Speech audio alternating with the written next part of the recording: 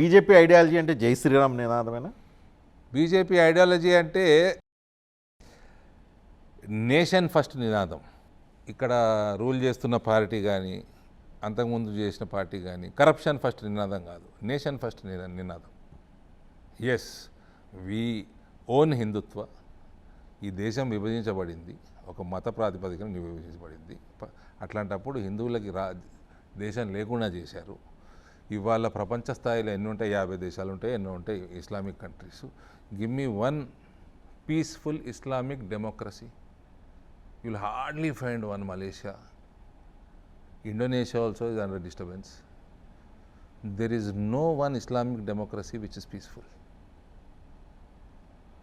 దానికి ముందు చూపుతో ఇక్కడ ఒక ఐడియాలజీని, అవేర్నెస్ని పెంచడం తప్పేం లేదు.